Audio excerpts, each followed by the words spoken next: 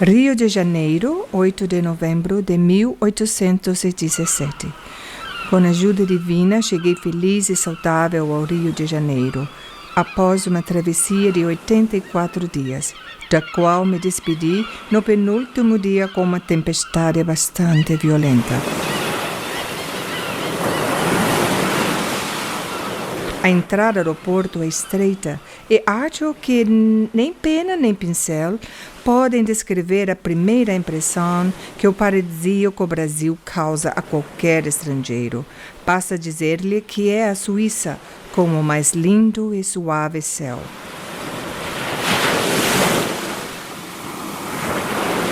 Na entrada da Bahia, há 3 belos fortes, além de vários grupos de ilhas. Ao longe, vislumbram-se altíssimas montanhas cobertas de palmeiras e muitas outras espécies de árvores. Essa menina que era um pouco patinho feio, de uma família de muitos irmãos, na qual o sol, a lua, enfim, o astro mais esplendoroso, era a irmã dela, a Luísa, casada com Napoleão Bonaparte, que nós sabemos perfeitamente, era o ídolo do nosso Dom Pedro I.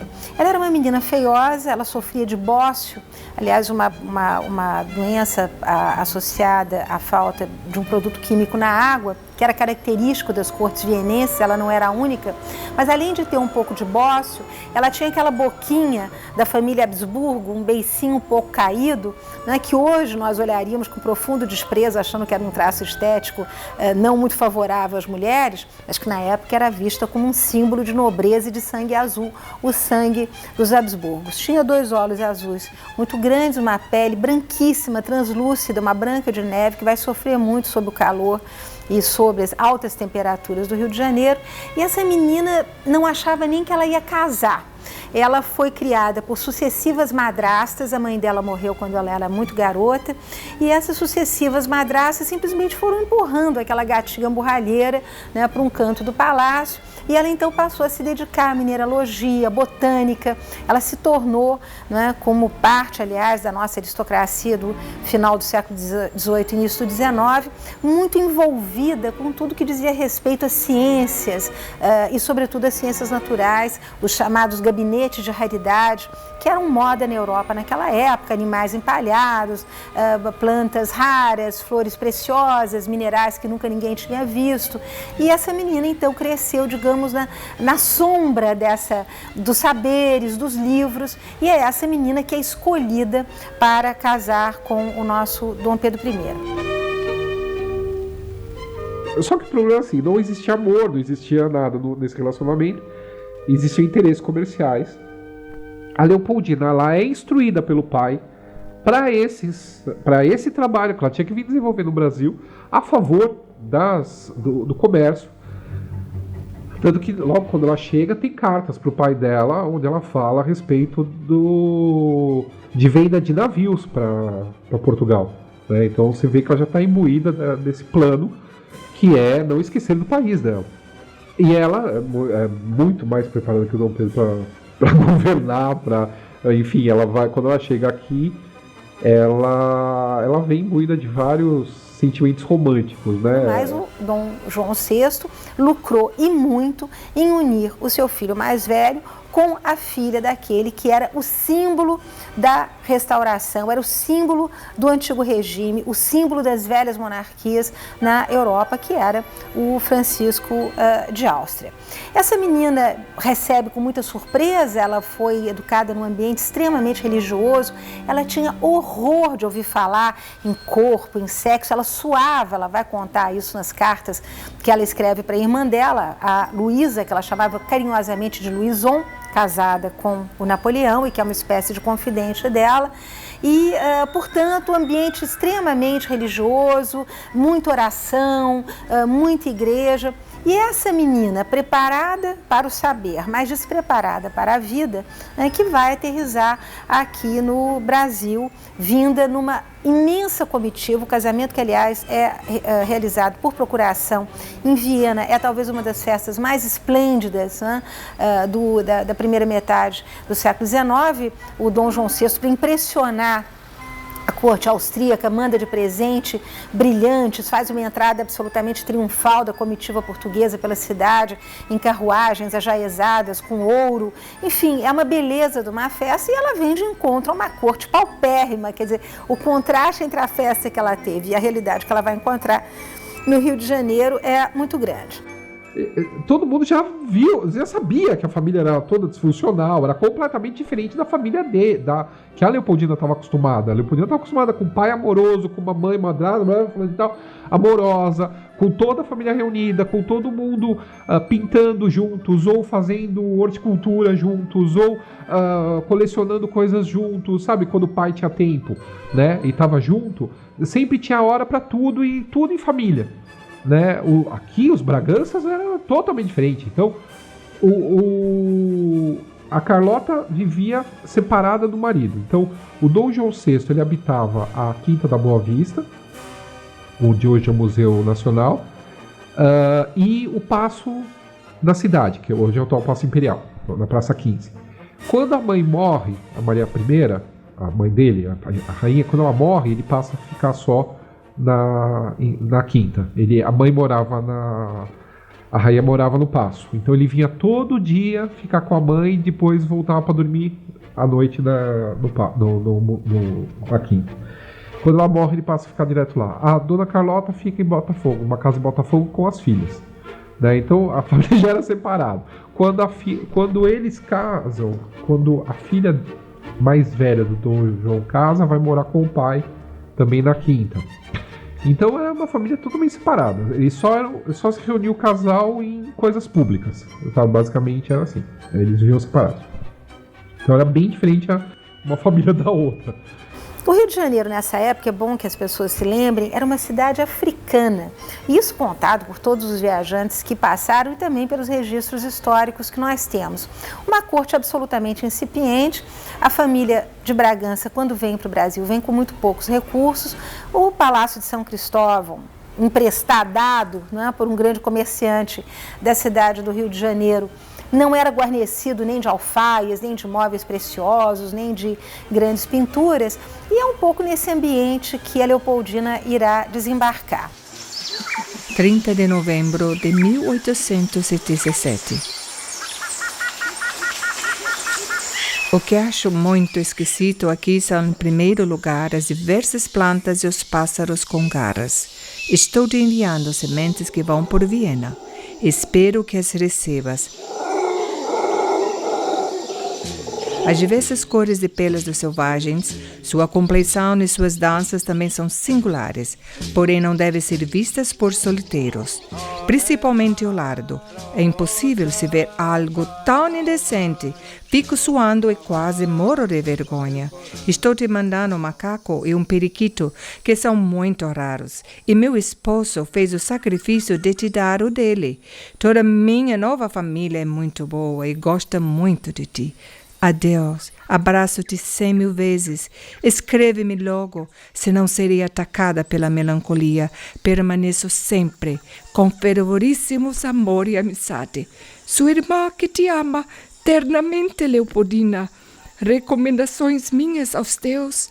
Já estou parecendo uma portuguesa e falando muito bem o idioma.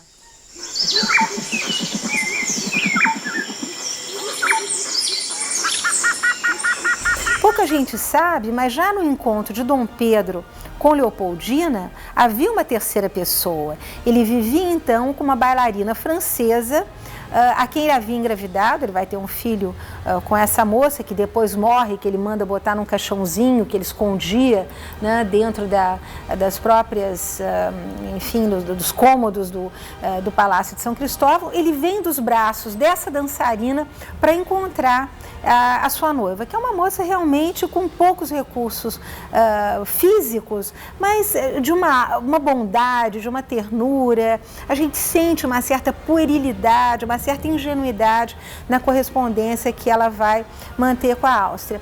E aí é terrível, porque já a partir do segundo mês de casamento, a gente percebe que a Leopoldina está no mais absoluto isolamento dentro de uma corte portuguesa que cercava a família real, né, os Bragança.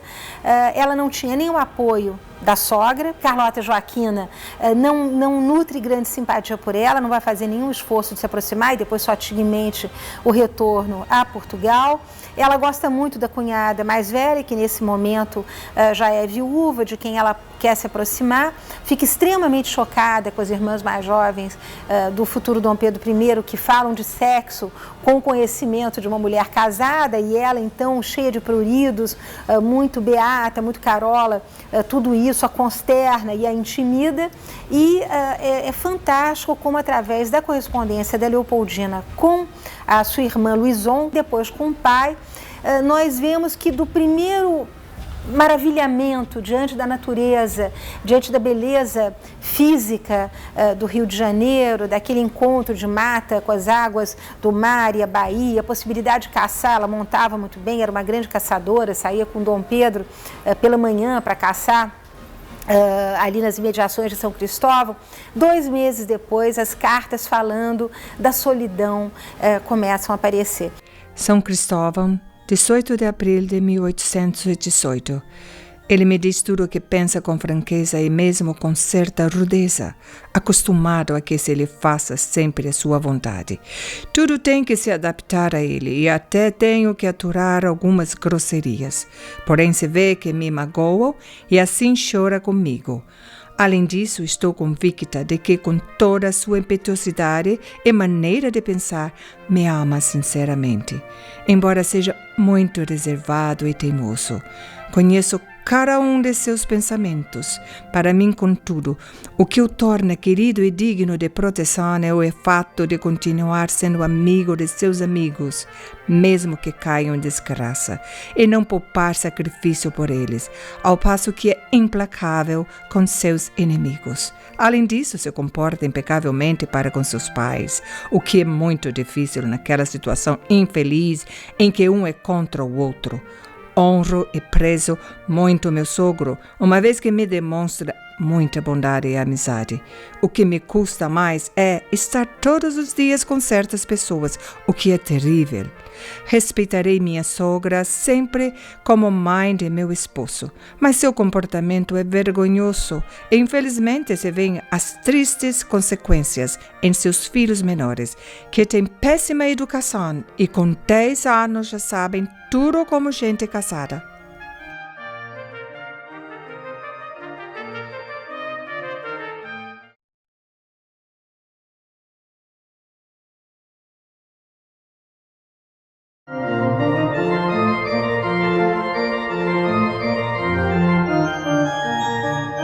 E eu digo que ela é uma figura absolutamente enternecedora, porque aí você começa a acompanhar o que foi o calvário dessa jovem mulher.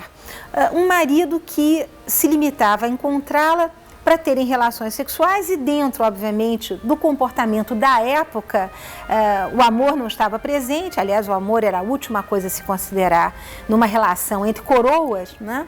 Já havia por parte dela um entusiasmo muito grande, porque eu lembro que a Leopoldina foi uma grande leitora, uma leitora, sobretudo, dos primeiros autores românticos, né? Rousseau, Goethe. Então, ela provavelmente estava imbuída de um sentimento por Dom Pedro que ele não tinha por ela.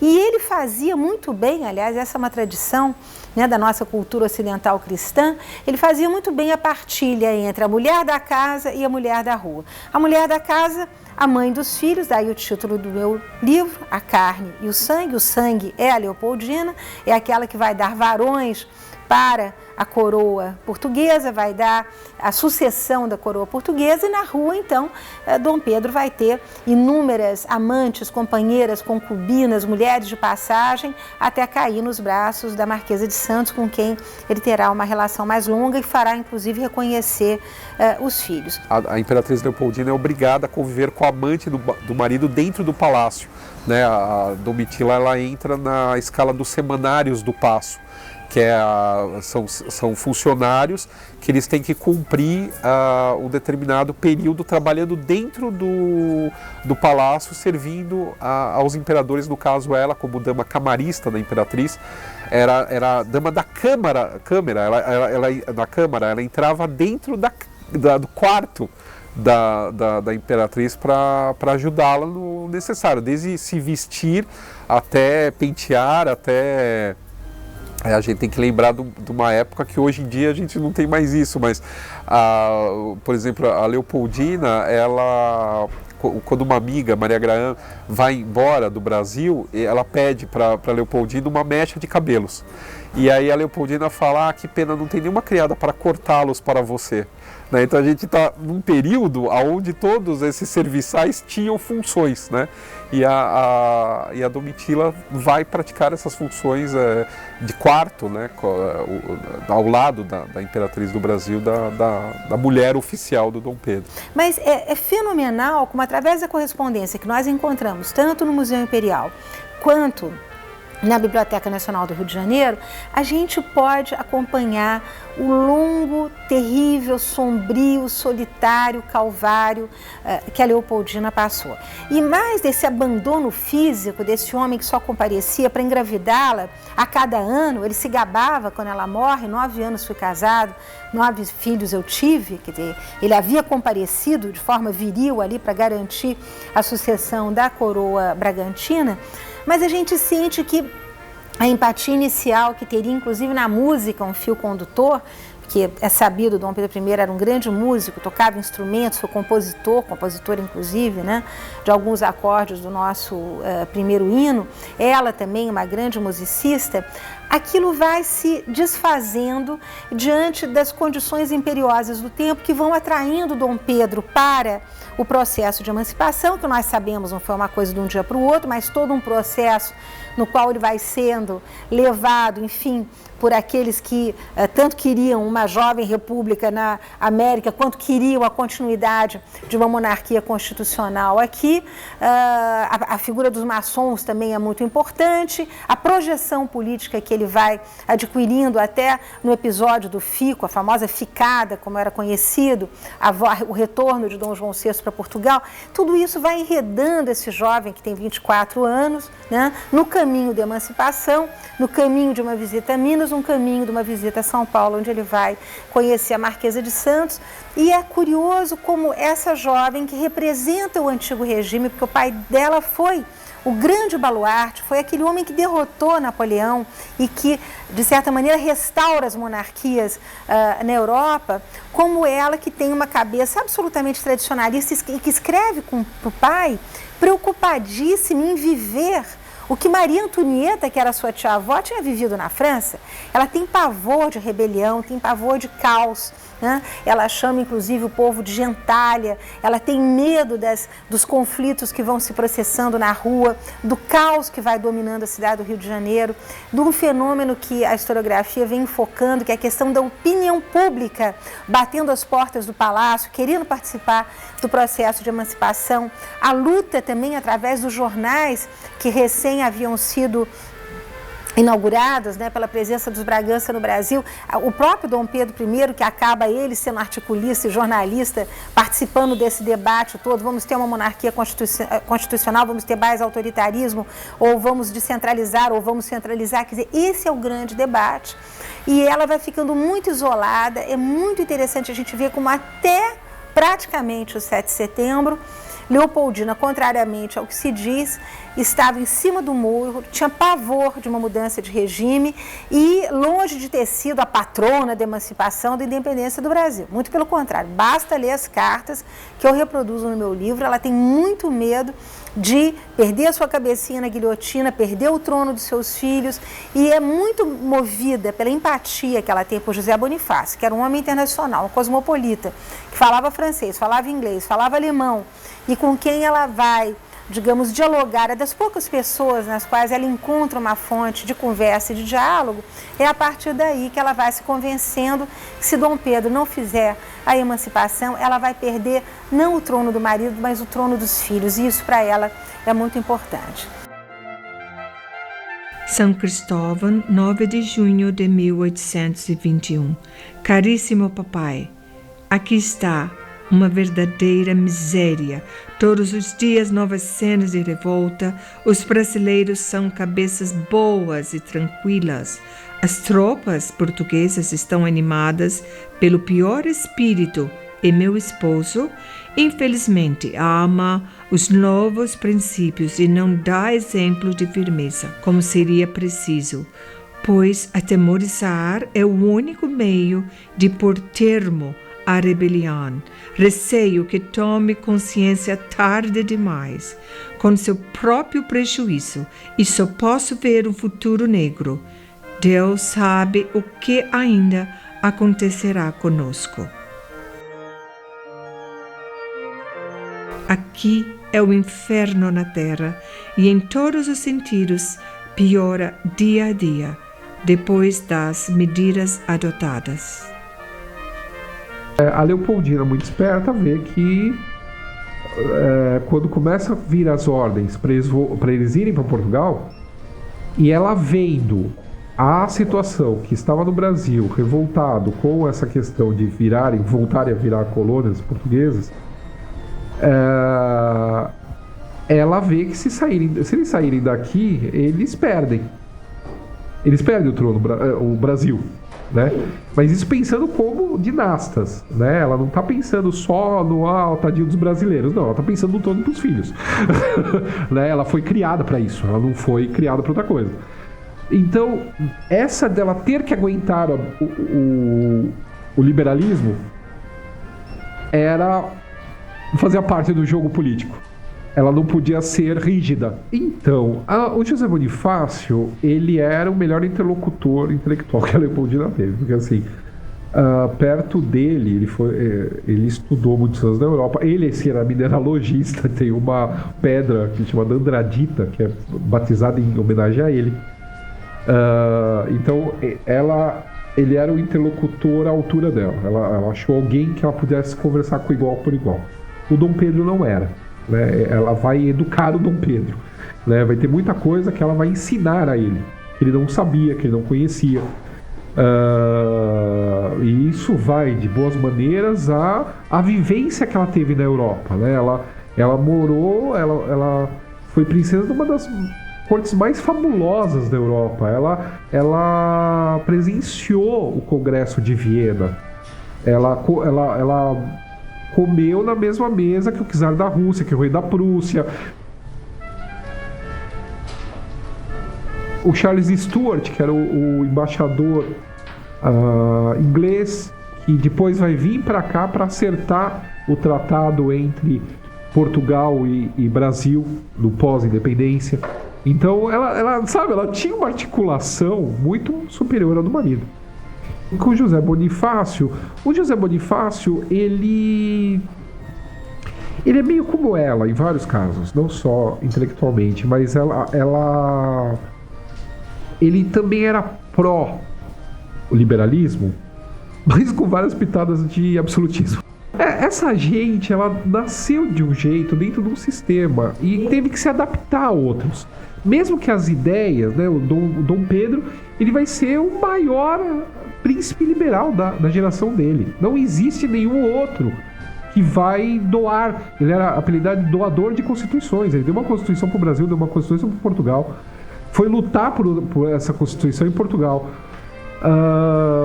Então, mas ao mesmo tempo ele tinha lives absolutistas, porque ele foi criado dentro do absolutismo. Ele vai influenciar o José Bonifácio, mas não que ele também não tivesse os seus lados. Ele vai mandar espancar a detrator que fala mal dele em jornal, sabe? Ele faz coisas do Arco da Velha.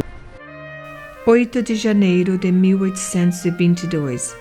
Excelente chefa, receiam-se aqui muitos distúrbios para o dia de amanhã. Terá ouvido alguma coisa? O príncipe está decidido, mas não tanto quanto eu desejaria. Os ministros vão ser substituídos por filhos dos pais que sejam capazes. O governo será administrado de um modo análogo ao dos Estados Unidos da América do Norte. Muito me tem custado alcançar isto tudo, só desejaria insuflar uma decisão mais firme. Eu vejo como talvez um grande ícone, né? Tanto para nós cientistas, que a contribuição que essa mulher deu para a ciência, para o início da ciência nesse país foi imensa, que quando ela veio, né, da Europa, ao invés dela vir acompanhada com estilistas, enfim.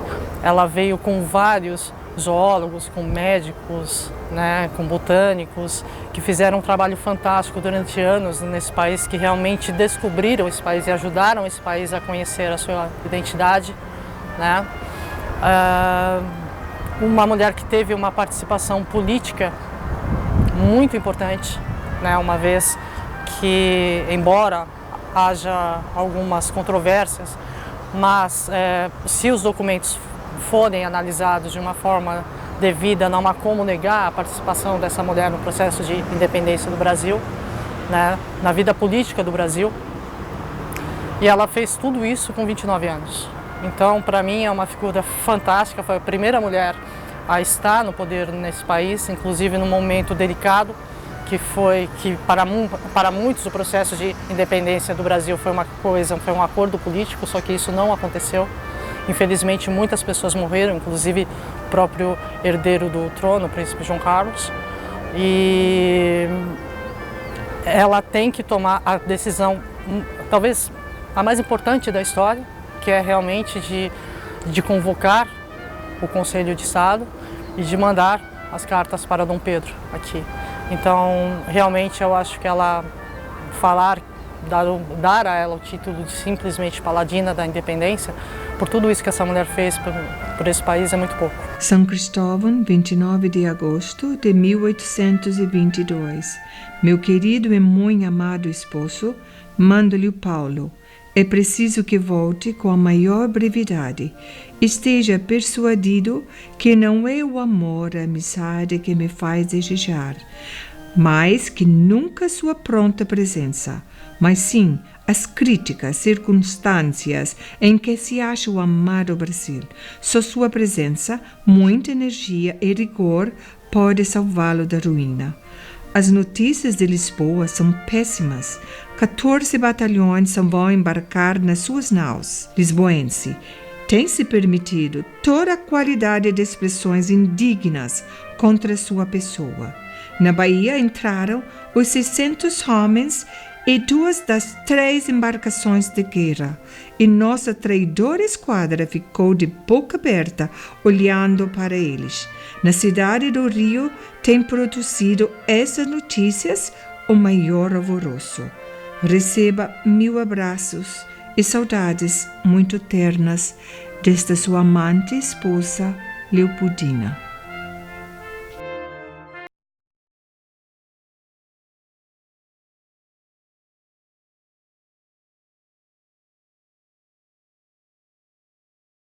Muitas pessoas às vezes perguntam o porquê Dona Leopoldina, uma princesa austríaca, teve uma participação ativa no processo da independência do Brasil. Dona Leopoldina, ao estar no Brasil, ela imediatamente incorporou a personalidade de ser uma brasileira.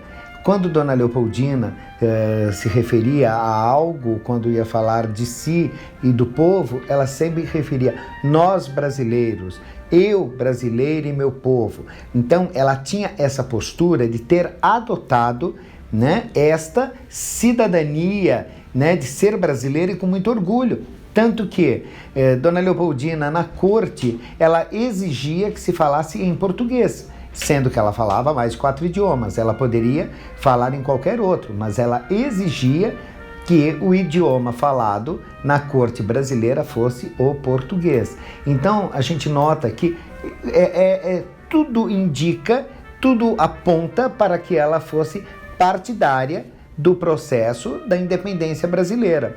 Ela já tem um drama inicial também, recém-casada, que é a perda do primeiro filho varão deles, o João Carlos, que justamente num desses momentos de levante na cidade do Rio de Janeiro, Dom Pedro manda que ela se refugie na antiga fazenda dos jesuítas, nas imediações, e ela parte, né, numa carruagem com essa criança que já tem, acho que um ano e pouco, e parece que a criança não estava bem de saúde, e o calor do Rio de Janeiro, enfim, não se sabe exatamente do que morre essa criança, mas é o primeiro filho de Dom Pedro com a Leopoldina que morre, e ela aí escreve cartas absolutamente desesperadas, e Dom Pedro também que era um pai, foi um péssimo marido, mas um pai devotadíssimo. Ele enlouquece quando esse menino morre. Ele escreve para Dom João VI dizendo: foram os seus soldados que mataram o meu filho. Né? Quer dizer, ele sofre muito, pede inclusive a José Bonifácio que se o epitáfio que ele havia escrito para o filho dele não tivesse bastante bom, que José Bonifácio acrescentasse alguma coisa. Eles sofrem imensamente. E a sucessão, digamos, de filhos que vai ocupar essa mulher, partos numa época em que a obstetrícia estava extremamente atrasada, e extremamente atrasada no Brasil, né? Os partos, eu lembro, para quem conhece um pouquinho a história da medicina, normalmente se colocava a mulher em cima de um lençol e se sacudia, né? Até a criança começar a sair, porque acreditava-se que tal como a árvore e o fruto, era preciso sacudir a árvore para o fruto cair. Então, todos os processos obstétricos eram extremamente atrasados. Ela sofre horrores. Filhos que foram um grande orgulho, de uma importância muito grande na história brasileira e na história mundial. Dona Maria da Glória, a filha primogênita, foi rainha de Portugal. Infelizmente, morreu aos 34 anos, muito cedo. Ficou órfã de sua mãe aos 7 anos de idade. Dona Maria da Glória, que já aos 7 anos, nascida princesa da Beira, depois princesa imperial do Brasil, mas foi rainha de Portugal. Então, uma descendência muito ilustre que Dona Leopoldina deixou através de seus filhos. Dona Maria da Glória talvez tenha sido o grande xodó de Dona Leopoldina, até porque foi a filha com a qual ela conviveu com mais tempo, né?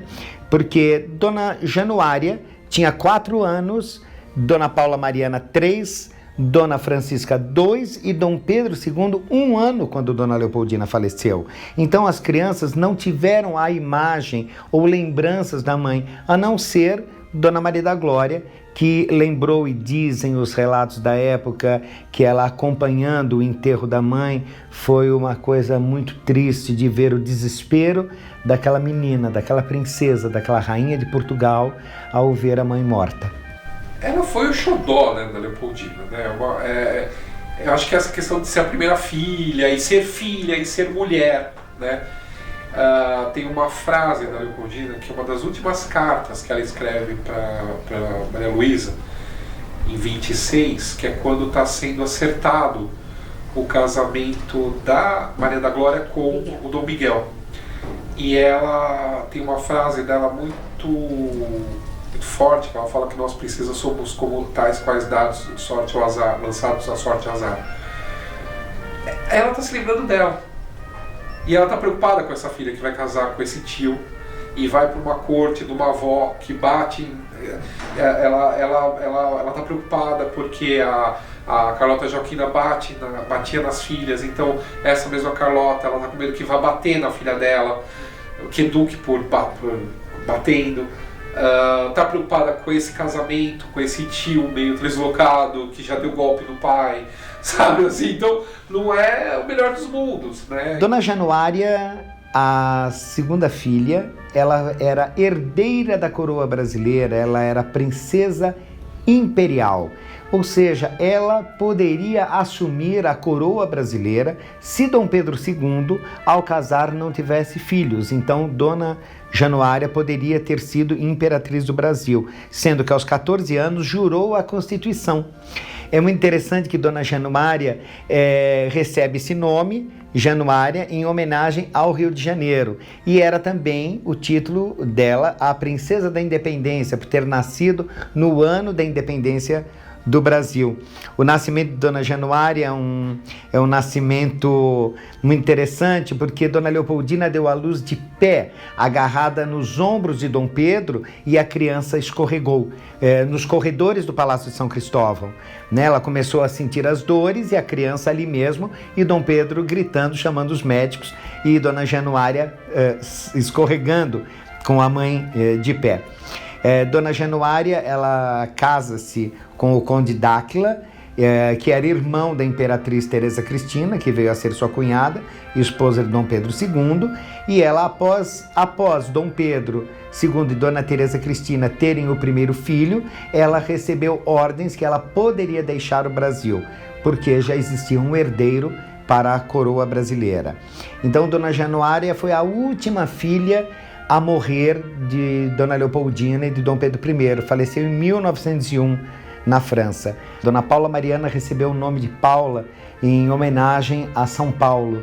Foi uma princesa que teve o seu nome muito ligado à cidade de São Paulo, à província na época de São Paulo. Dona Paula Mariana foi uma menina que aos 3 anos viu sua mãe falecer, aos 7 anos viu seu pai ir embora do Brasil com sua madrasta, Dona Amélia de Leuchtenberg, e aos 9 anos vem a falecer e foi enterrada no convento da Ajuda, juntamente com a sua mãe, Dona Leopoldina, antes do corpo da Imperatriz do Brasil ser transladado para o monumento aqui do Ipiranga, onde hoje ela repousa ao lado do marido e da segunda Imperatriz, Dona Amélia. Dona Francisca Carolina, a sua outra filha, talvez a mais bonita, carinhosamente chamada pelos irmãos de Mana Chica, e na França, quando casa-se com o príncipe de Joinville e veio a ser nora do rei da França, Luís Felipe, era chamada de La Belle Françoise. Talvez tenha sido a mais bonita filha de Dona Leopoldina e de Dom Pedro I.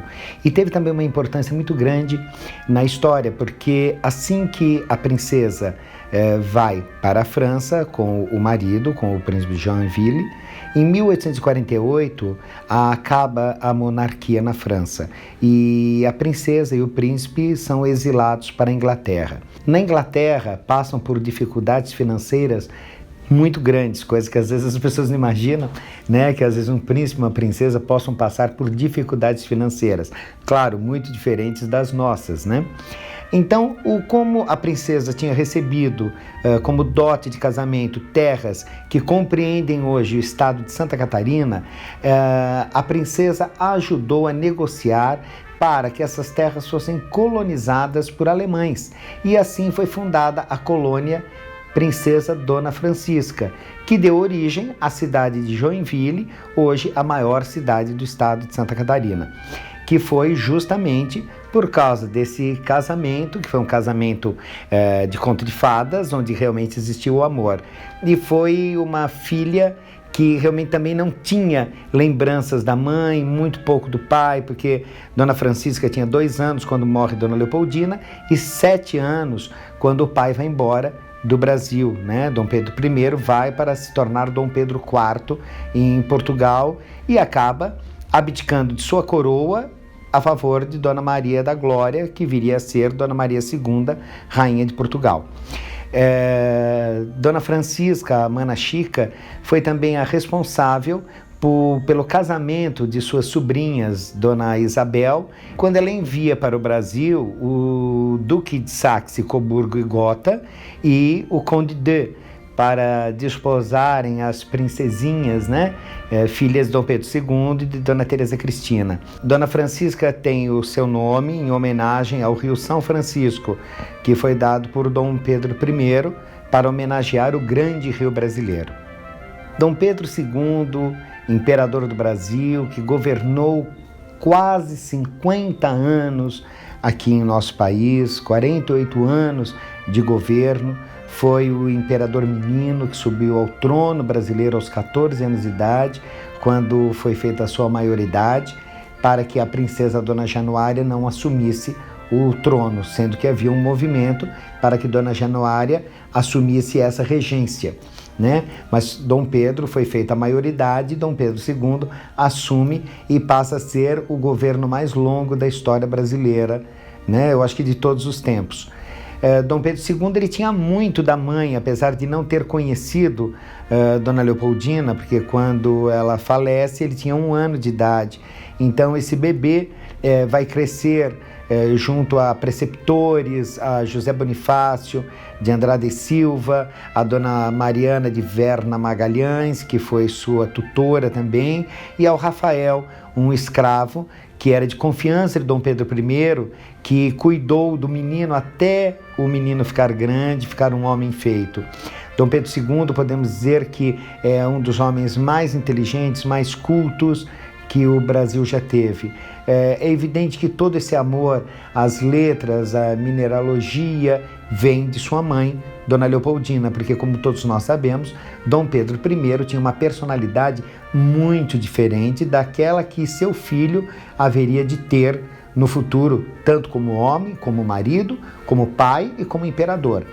Então, nós vemos que Dom Pedro II, ele é o retrato de Dona Leopoldina, aonde ele transforma o Brasil num país com uma grande estabilidade, né, através da sua administração certeira, transformando o Brasil numa grande potência. Dom Pedro II, admirado por Graham Bell, por Charles Darwin, por Victor Hugo, era um homem que realmente ele se distinguia pela classe, pela cultura, uma inteligência nunca questionada por ninguém. É muito importante relembrar o fato também que uma vez Dom Pedro II, andando pelas ruas da corte no Rio de Janeiro, acompanhado de um ministro, um escravo vinha pela mesma calçada, as calçadas estreitas, né, da corte, e esse escravo não fez menção de desviar da figura do imperador. E nisso, Dom Pedro, ele desvia e dá passagem para o escravo nesta calçada. O que o ministro muito se admirou e falou, mas majestade, ele é apenas um escravo. É onde Dom Pedro replica e diz, a educação parte de nós. Nós devemos dar a educação. Então, isso é próprio da herança que sua mãe, Dona Leopoldina, deixou. A ausência do preconceito racial e a ausência do preconceito social. Que isso foi dignamente representado pela figura de Dom Pedro II. A Leopoldina, ela escreve várias cartas para os parentes na Alemanha. Ela está sempre mandando miniatura da filha, ou depois dos outros filhos, quadros, para eles saberem como são essas crianças que estão nascendo aqui, né? Esses parentes que estão nascendo aqui. E ela é uma mulher muito carinhosa. Isso você não tem tanta informação dela. Eu trabalhei mais com documentação primária, que são as cartas dela para outras pessoas e também cartas dessas pessoas para ela. Nessas cartas aparece, claro, toda essa relação com os filhos, mas não tem tantos detalhes. Mas tem toda a questão da criação. Ela é muito preocupada com a criação, mas a segunda iria receber. Né? Então ela é muito preocupada com isso, é muito preocupada com quem vai educá-la, porque ela não... A corte portuguesa estava anos-luz de educação de uma corte austríaca, então ela vai importar, ela manda vir da Europa rastelo, pazinhas, coisinha para mexer na terra, como ela fazia com os irmãos e com o pai dela lá para cuidar de plantinhas. E os portugueses aqui falam, imagina, a princesa está de pilhéria, vai fazer os príncipes cavarem a terra como negros. Só que a Leopoldina não tinha essa cabeça.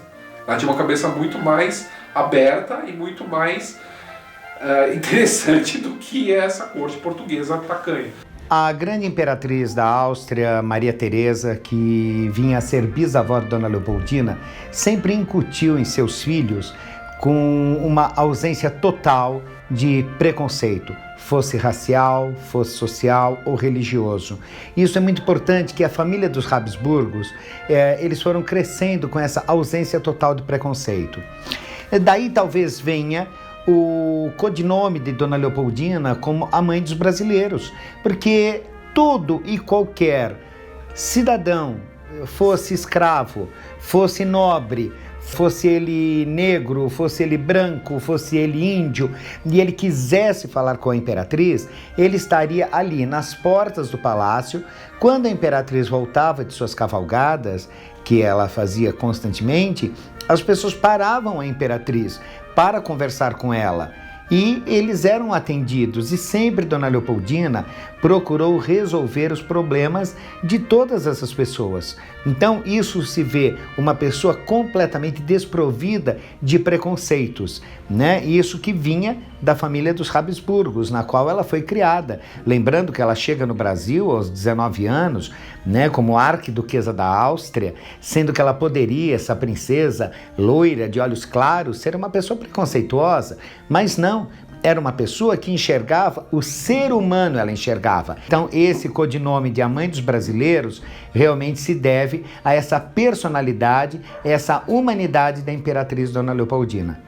Ela tem interesses que a corte brasileira nessa época não tinha. Ela lia, ninguém lia, ela comia com talheres, as pessoas comiam com as mãos, né? Ela gostava de música clássica, ninguém entendia aquilo.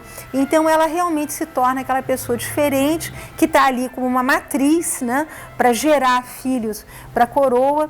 E eu descobri uma série de cartas dela inédita, que está no arquivo do Museu Imperial de Petrópolis, em que ela escreve para um sobrinho e ela descreve com todas as palavras a mais profunda depressão na qual ela se acha.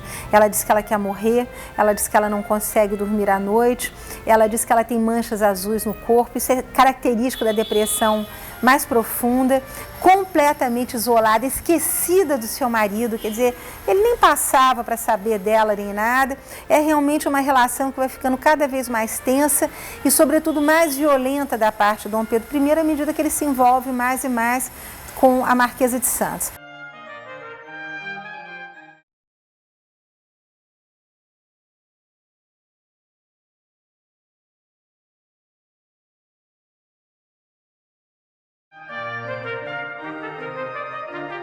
A Leopoldina, ela não externava as suas emoções, né? Ela, em particular, claro, né? Em particular há registros de briga dela com o Dom Pedro, mas em público ela era uma Habsburgo dos pés à cabeça. Ela tinha sido criada para ser uma figura de Estado, e essas figuras de Estado, elas seguem um protocolo.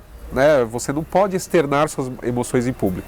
Então essas mágoas guardadas, uma hora deve ter estourado. Isso daí, inclusive, é utilizado para te exemplificar isso, quando a Imperatriz Amélia, a futura Imperatriz Amélia, está para se casar por procuração na Europa com o Dom Pedro. A mãe da Imperatriz Amélia, a Duquesa Augusta de Leuchtenberg, ela entra em contato com a madrasta da Leopoldina na Áustria.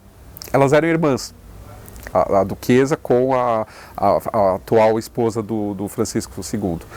E ela pergunta o que aconteceu. E aí essa madrasta da Leopoldina comenta que a Leopoldina deve ter se queixado mais, que ela deixou o Dom Pedro à vontade. Então, para o Dom Pedro, isso é um fato, até o Barão de Marechal, o embaixador, ele chega a comentar que o Dom Pedro entendeu essa frieza estatal da Leopoldina como ela não se importa, então eu posso fazer o que eu quero. E ele realmente fez, só que ela se magoava com isso, né? Existem registros de que ela teria dito que seria fácil, na posição dela como imperatriz, punir uma serviçal, uma criada, mesmo tendo uma posição na corte, como a Domitila. Mas se ela fizesse isso, o Dom Pedro ficaria contra ela e isso seria para ela o fim, porque ela realmente amava o Dom Pedro. As coisas chegam ao auge quando o Dom Pedro não só reconhece a Belinha, a filha, o primeiro filho dele com a Marquesa de Santos, é um menino que morre quando eles vão para a Bahia, e onde também há um caso muito interessante que vale a pena ser narrado aqui, porque mostra bem a simpatia que a Leopoldina gozava. Eles vão para Salvador de navio e o Dom Pedro insiste em levar a Marquesa de Santos. Então ele passeia no convés do navio o tempo todo com a Marquesa de Santos, e a filha dele é Maria da Glória, e a coitada da Leopoldina trancada num camarote embaixo, fica lendo ou jogando. Quando eles chegam em Salvador, e isso depois vai se repetir no Rio de Janeiro, eles são recebidos com a cidade pichada e uma série de panfletos colados pelos muros, criticando, enxovalhando, fazendo piada da Marquesa de Santos. Quer dizer, a Leopoldina, de certa maneira, ela tem o apoio da opinião pública. Ela é imperatriz, ela é a querida imperatriz. A outra é uma concubina, é uma favorita, mas não tem o respeito e muita gente se nega a receber a Marquesa de Santos. Então, nós já temos aí uma primeira manifestação desse carinho do povo pela Leopoldina. Dona Leopoldina sempre recebeu as mais comovedoras demonstrações de afeto e de amor do seu povo, do povo brasileiro. É interessante notar que o povo brasileiro, isso dito pela Maria Graham, que foi preceptora da princesa Dona Maria da Glória, o povo nunca se referia a falar o imperador, sempre falava o nosso imperador e a nossa imperatriz. Dona Leopoldina era amada, era reverenciada pelo povo. E eu acho que isso independe até da situação na qual as pessoas costumam dizer que o povo ficou com pena por causa da situação de Dom Pedro com a Marquesa de Santos. Eu discordo disso, eu não acho. Eu acho que a própria maneira de ser da imperatriz Dona Leopoldina, da arquiduquesa austríaca, isto sim fez a diferença, né? O gênio dócil, a benevolência dela e a maneira de tratar. Dona Leopoldina sempre se referia aos paulistas como os meus paulistas. Então ela tinha um carinho todo especial para com o povo brasileiro, com os baianos, com os cariocas, com os paulistas. Dona Leopoldina era, a gente pode dizer que era uma grande massa de amor.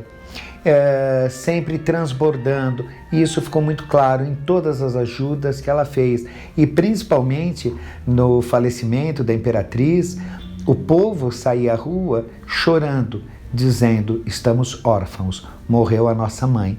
Dona Leopoldina teve essa preocupação de ser amada, foi reverenciada, e nem mesmo talvez Dom Pedro I tivesse consciência do que causaria a morte da imperatriz. Também sinto que com a morte de Dona Leopoldina, a popularidade de Dom Pedro I ficou muito balançada, e tanto que pouco tempo apenas ele fica no Brasil.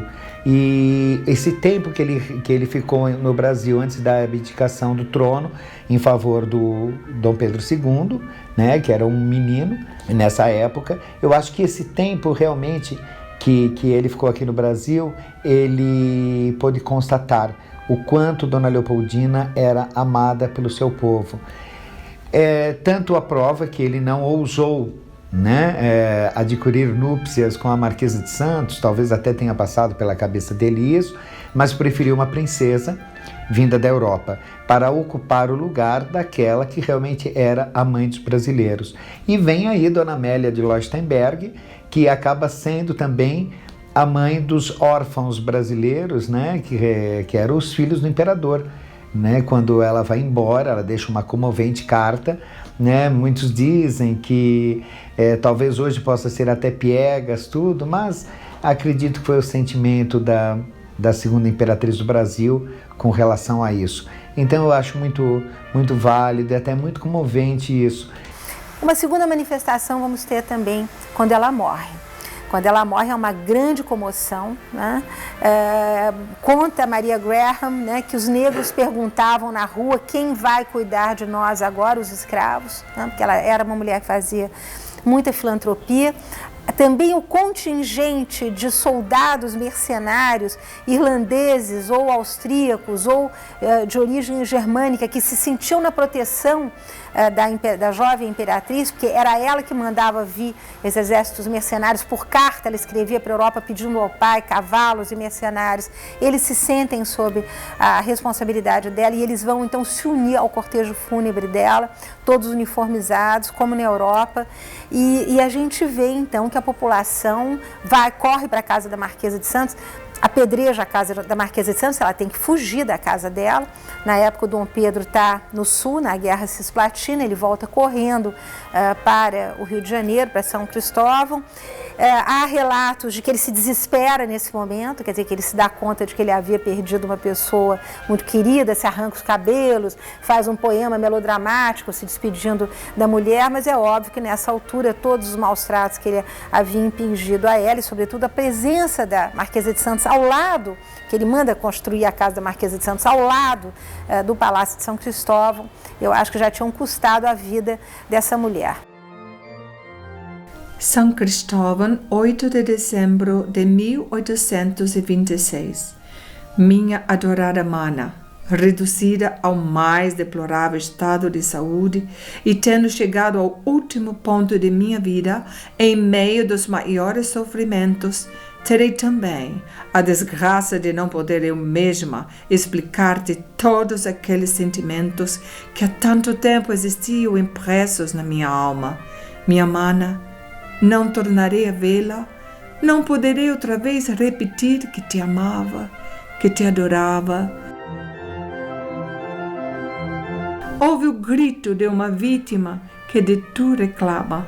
Não vingança, mas piedade e socorro do fraternal afeto para meus inocentes filhos, que órfãos vão ficar, em poder de si mesmos ou das pessoas que foram autores das minhas desgraças, reduzindo-me ao estado em que me acho, de ser obrigada a servir-me de intérprete para fazer chegar a tu os últimos rogos da minha aflita alma. A carta é muito bonita quando você coloca a Leopoldina como uma mártir de dor, né? A carta, ela se encaixa perfeitamente, ela dá o nó final no laço da mártir Leopoldina. Não que eu estou dizendo que ela não sofreu, ela sofreu. A questão é que essa carta, todo mundo vai replicando o que já foi publicado. Nunca ninguém pega ela e lê como eu peguei. Fui lá no Museu Imperial em Petrópolis e tive com a carta na mão.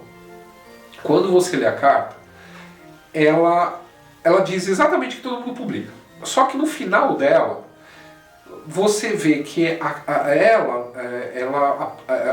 data é uma cópia feita em 1834 por um cartório no Rio de Janeiro, aonde aparece como testemunhas dessa cópia 4 pessoas, que duas são citadas na carta, que são devedores da Leopoldina.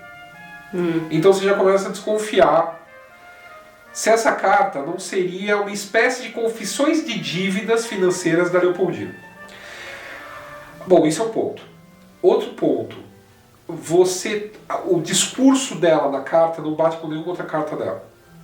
Então ela usa, por exemplo, na carta, ela chama a irmã, ela usa a palavra vós. Você só se referia a vós naquela época, alguém do status superior ao seu.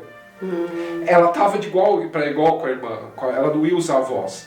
Isso eu estou falando no caso dessa carta, o original está em português. Nenhuma carta, ela fala que essa pessoa que está escrevendo por ela, porque ela está de cama, está com a doença que vai matar, que ela vai morrer dessa doença que ela está, que ela já tinha falado anteriormente para a irmã dessa pessoa que está escrevendo a carta por ela. Nunca achei nenhuma carta que a Leopoldina teria falado da dama de companhia dela. Isso tem várias outras questões. Aquela a quem ela cita a Marquesa de Santos, o monstro, o sedutor, uma coisa de quem já me referi várias. Não existe nenhuma carta dela falando para a irmã a respeito dessa amante do Dom Pedro. E nem teria, porque ela também não pode contar tudo o que está acontecendo. Para que ela vai falar da Marquesa? Para funcionário baixo dela. Para gente que deve a ela a reverência de súdito fiel, entendeu? Quando você estuda, então, os boletins médicos, você vê que no dia 7 para o dia 8, quando essa carta foi escrita, a Leopoldina estava praticamente em coma. Ela não podia ter ditado essa carta. Então, sabe, assim, nada bate com nada. Então, assim, eu não posso provar que a carta não existe, até porque a gente tem uma cópia no Brasil. Só que cadê o original? Na Europa eu nunca achei. No arquivo da Maria Luísa da Áustria, que tem uma parte em Parma e outra parte na Áustria, eu não achei. Nas partes do... Então, essa carta, eu também não tiro o mérito que essa carta até pode ter existido e sumiram com ela. Porque tem muita coisa que você não encontra. Você encontra as cartas da Leopoldina para os outros. As cartas dos outros para a Leopoldina, o que teria que ficado aqui no Brasil, você não acha quase nada. muitos arquivos eram dilapidados. Por exemplo, o arquivo do Dom Pedro foi. Dom Pedro, durante anos, o arquivo do Dom Pedro I foi revisto pelo secretário dele e pela Melle. Ah, minhas queridas filhas, que será delas depois de minha morte? É a ela que entreguei a sua educação até que o meu querido Pedro, não disponha o contrário. Adeus, minha adorada mana. Permita ao ente supremo que eu possa escrever-te ainda outra vez, pois que será o final do meu restabelecimento.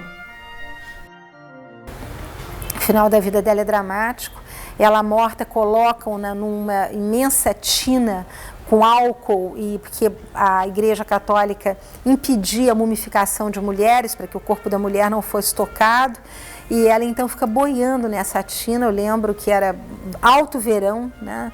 Dezembro no Rio de Janeiro, e quando finalmente Dom Pedro chega e que ela é colocada, enfim, no caixão e vai receber as homenagens da corte, a mão que os filhos vão beijar é uma mão putrefata estendida para fora do caixão, porque o corpo já estava em decomposição, né? Quer dizer, é uma história dramática de uma jovem mulher que morre aos 29 anos, eu diria que de maus tratos psicológicos profundos. Então é uma figura muito enternecedora e que merece o nosso carinho, nossa atenção, não por ter sido patrona de nada no movimento de emancipação, porque eu digo sempre, a independência não foi feita por Dom Pedro I, né? Ele deu o grito, aspas, né? Mas é todo um movimento que envolve a sociedade, que envolve grandes fazendeiros, que envolve todo o poder aqui de São Paulo e de Minas, do sul de Minas. Eu acredito que a causa real da morte da dona Leopoldina tenha sido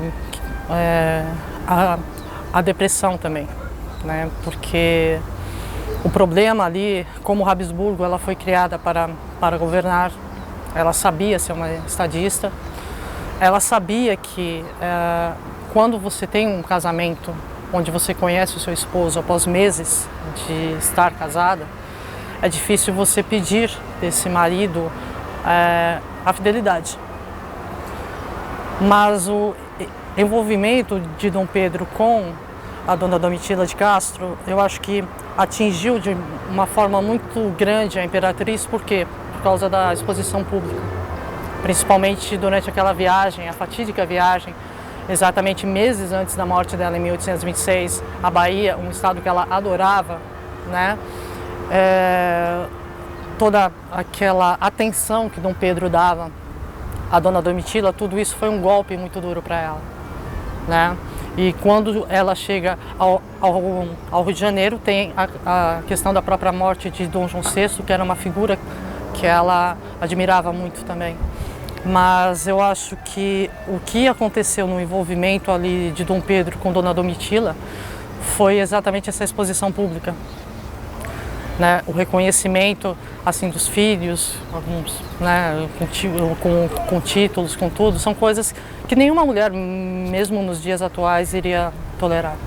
Uma grande curiosidade com relação à figura de Dona Leopoldina relacionada à bandeira brasileira. A bandeira brasileira, como muitas vezes foi dito de uma maneira completamente equivocada e errada, dizendo que o verde representa as nossas matas, o amarelo representa o nosso ouro, isto foi uma criação, talvez da época da ditadura militar, mas uma invenção incorreta, porque o verde simboliza a Casa Real dos Bragança, que era a família de Dom Pedro I. E o amarelo significa e simboliza a cor, o amarelo ouro da Casa dos Habsburgos, que era a família austríaca de Dona Leopoldina. Além disso, na heráldica, aquele losango né? O losango, ele tem aquela figura geométrica, na heráldica simboliza o feminino, que é uma simbologia à figura de Dona Leopoldina. Então, Dona Leopoldina, quando Dom Pedro regressa ao Rio de Janeiro, vindo de São Paulo, após a proclamação da independência, ela reuniu todo o pano verde, todo o pano amarelo que tinha no palácio, as fitas, e ela ornamentou todo o palácio e pediu que todos as pessoas, os nobres, os serviçais do Paço Imperial de São Cristóvão, tivessem essas cores amarradas em seus braços, como uma maneira de receber o príncipe, lógico, simbolizando essa união dinástica, né, dos Bragança e dos Habsburgo. Então é uma coisa muito interessante de ver. Ela idealizou a nossa primeira bandeira, que nós temos as cores até hoje. Ela costurou a primeira bandeira e teve a preocupação toda de reunir todo esse tecido para ornamentar a decoração do Paço Imperial e dos nobres e dos serviçais. Então, nós devemos a criação da nossa bandeira, do verde e amarelo, à Imperatriz Dona Leopoldina. Eu sou aqui do Ipiranga, nasci aqui no bairro, a poucos metros aqui do monumento. Passei a minha infância aqui brincando. Inclusive, quando Dona Amélia chegou em 82, eu estava aqui, né? E eu sempre via os problemas que o local enfrentava, né? Porque aonde está localizado, inclusive, esse monumento, é complicado. O relevo não ajuda, né? Então, eu sempre pensei que alguém pudesse fazer um trabalho como esse, para ver as condições, fazer alguma coisa para a preservação, não apenas do edifício, mas dos remanescentes humanos. Só que eu nunca pensei em ser essa pessoa, né? Até que eu fiz a faculdade de História.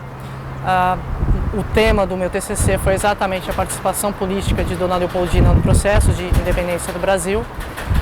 Isso fez com que, se ela já era uma ídolo para mim desde a minha infância, da independência ou morte, enfim,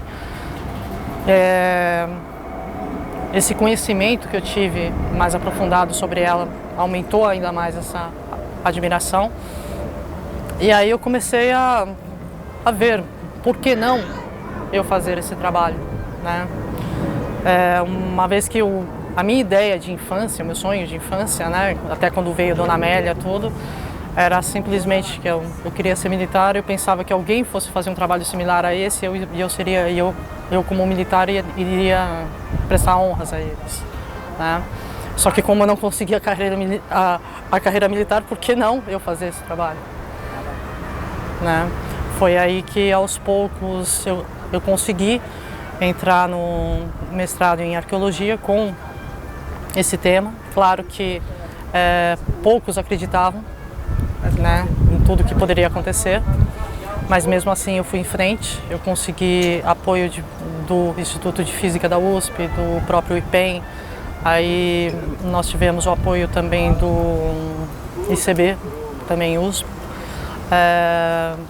E o mais marcante de todos, é claro, né, pelas tomografias, que ficou mais conhecido pelo público. Não foi o mais marcante, o mais importante, que não houve isso no trabalho, mas foi o que ficou mais conhecido pelo público, foi o da Faculdade de Medicina, que foram as tomografias, né?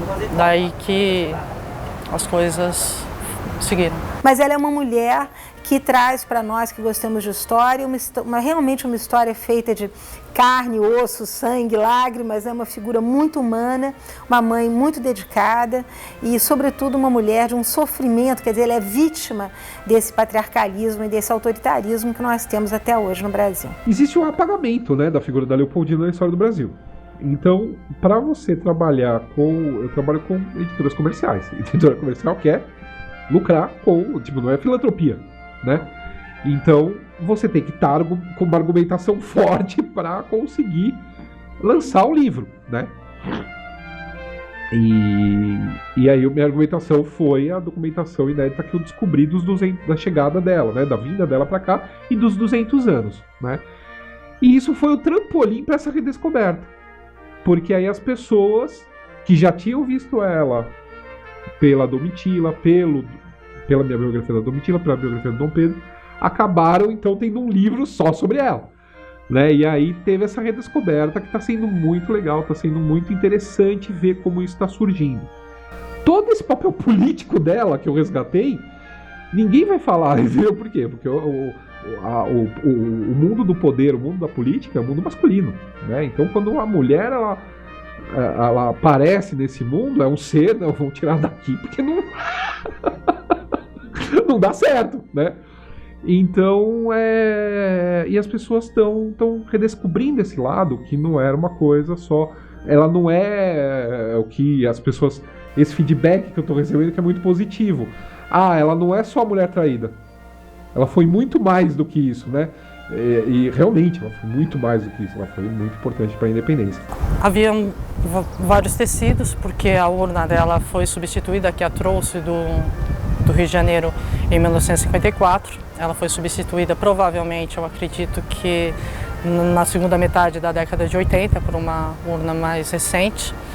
E para que houvesse essa mudança de urnas, eles usaram todos os tecidos que havia no caixão anterior como mortalhas, né?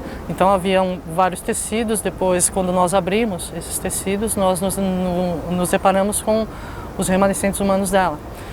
Claro que estavam um pouco desarticulados, só que mantinham ainda toda uma posição anatômica, né? Quando nós fizemos a tomografia, nós percebemos que havia uma quantidade muito grande nas vestes de um metal, e era similar a uma foto que eu havia até levado pro HC, né? Que era a foto que ela estava com os trajes de imperatriz, que ela só tinha aquele, né? E aí nós vimos que havia uma semelhança muito grande. Aí depois, com o corpo já aqui no monumento, na Capela Imperial, nós fizemos a decapagem arqueológica, ou seja, retiramos os sedimentos que eu acredito que na época, para manter o corpo por 3 dias de velório, e principalmente um quadro que a imperatriz teve febres altíssimas por vários dias, eles optaram por jogar um pouco de cal, né, para tentar preservar um pouco esse corpo. Então havia muita cal junto aos remanescentes dela. Quando nós retiramos essa cal, nós vimos realmente que se tratava, né, das vestes de gala dela, né? É esse o objetivo principal do meu trabalho, porque embora tenha tido reconhecimento mundial, e eu fiquei muito feliz com isso, porque isso é muito importante para a história do nosso país, para os profissionais da área, para a arqueologia do Brasil, mas eu acho que o objetivo principal é a preservação do edifício do Monumento à Independência, a Capela Imperial voltar a ser uma Capela Imperial, e que as pessoas que a visitem sabem e conheçam realmente a história de cada um dos 3. Isso para mim é o mais importante.